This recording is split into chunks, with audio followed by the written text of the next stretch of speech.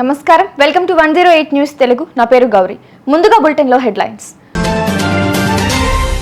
కొండా సురేఖ మరో సంచలనం, తిరుమల ఆలయంపై షాకింగ్ కామెంట్స్. డ్రైవర్ రహిత metro rail trial run success. టీజీబీలో విలీనం కానున్న ఏపీ జీబీబీ తెలంగాణ శాఖలు. కొరడాతో కొట్టుకున్న బీజేపీ రాష్ట్ర చీఫ్ అన్నామలై, డీఎంకేను గద్దె దించే వరకు చెప్పులు కూడా వేసుకోనని శపథం. ఉమ్మడి రాష్ట్రం విడిపోవడం వల్ల దురదృష్టవశాత్తు శ్రీశైలం ఆలయాన్ని కోల్పోయామని మంత్రి సురేఖ అన్నారు. తిరుమలలో తెలంగాణ భక్తుల మీద ప్రత్యేక దృష్టి సారించాలని కోరారు.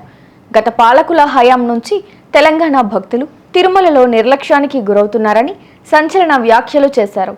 గతంలో మాదిరిగానే తిరుమల నుంచి రాష్ట్రానికి నిధులు రావాలన్నారు. అధిక భక్తులు రాబడి వస్తున్న తెలంగాణపై టీటీడీ దృష్టి సారించాలన్నారు. మా దురదృష్టం ఏంటంటే అంతకుముందు మా తెలంగాణలో అంతా కలిసినప్పుడు మాకుండేది గుడి. మేము శ్రీశైలం గుడిని విడిపోవడం వలన కోల్పోయినా కూడా మాకు ఈ భక్తి అయితే మాకు ఎప్పుడు కూడా ఉంటుంది.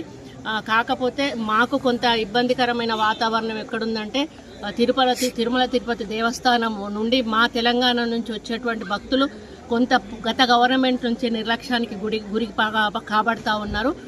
ఆ విషయంలో మేము ఇప్పుడు ప్రస్తుత గవర్నమెంట్తో మంతనాలు జరుపుతూ ఉన్నాము. గతంలో తెలుగుదేశం ప్రభుత్వం ఉన్నప్పుడు అధికారంలో ఉన్నప్పుడు ఏ విధంగా అయితే కొన్ని పద్ధతులు నియమాలు పాటించేవాళ్ళు అదే పద్ధతిలో మా ప్రభుత్వానికి కూడా వారు ఇవ్వాలని వారికి మేము రిప్రజెంటేషన్ కూడా ఇవ్వడం జరిగింది.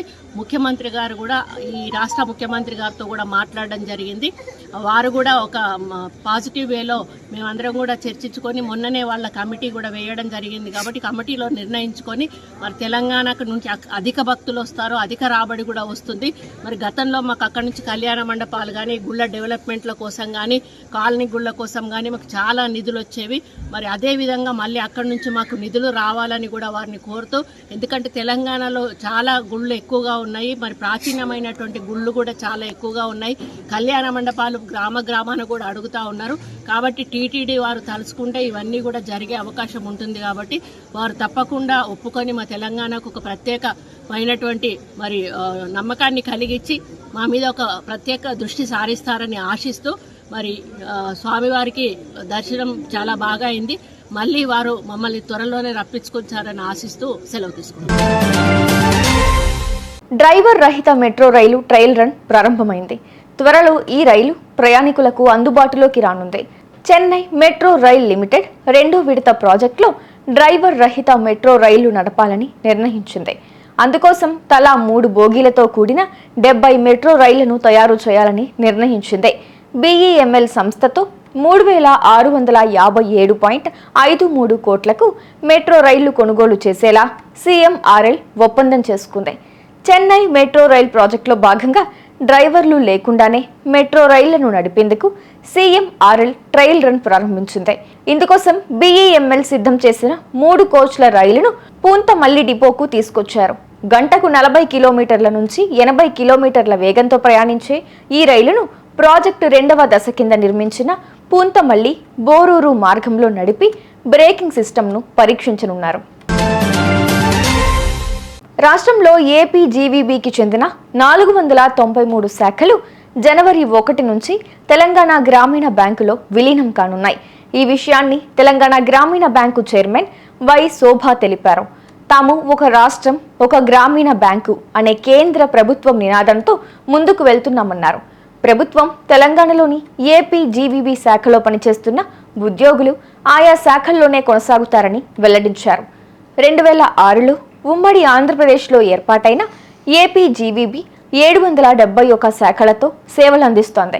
అప్పటికే తెలంగాణలో ఉన్న దక్కన్ గ్రామీణ బ్యాంకును రాష్ట్ర విభజన తరువాత తెలంగాణ గ్రామీణ బ్యాంకుగా మార్పు చేసి శాఖలను విస్తరించారు.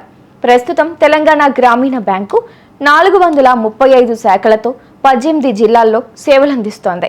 ఏపీ జీవీబీ తెలంగాణ శాఖల విలీనం తర్వాత తెలంగాణలోని 33 జిల్లాల్లో 928 శాఖలుగా టీజీబీ రూపాంతరం చెందనుంది. కొరడాతో కొట్టుకున్న బీజేపీ రాష్ట్ర చీఫ్ తమిళనాడు బీజేపీ రాష్ట్ర అధ్యక్షుడు అన్నామలై కొరడాతో కొట్టుకున్నారు.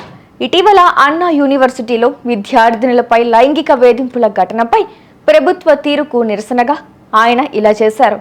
చొక్కా విప్పి కొరడాతో పలుమార్లు కొట్టుకున్నారు.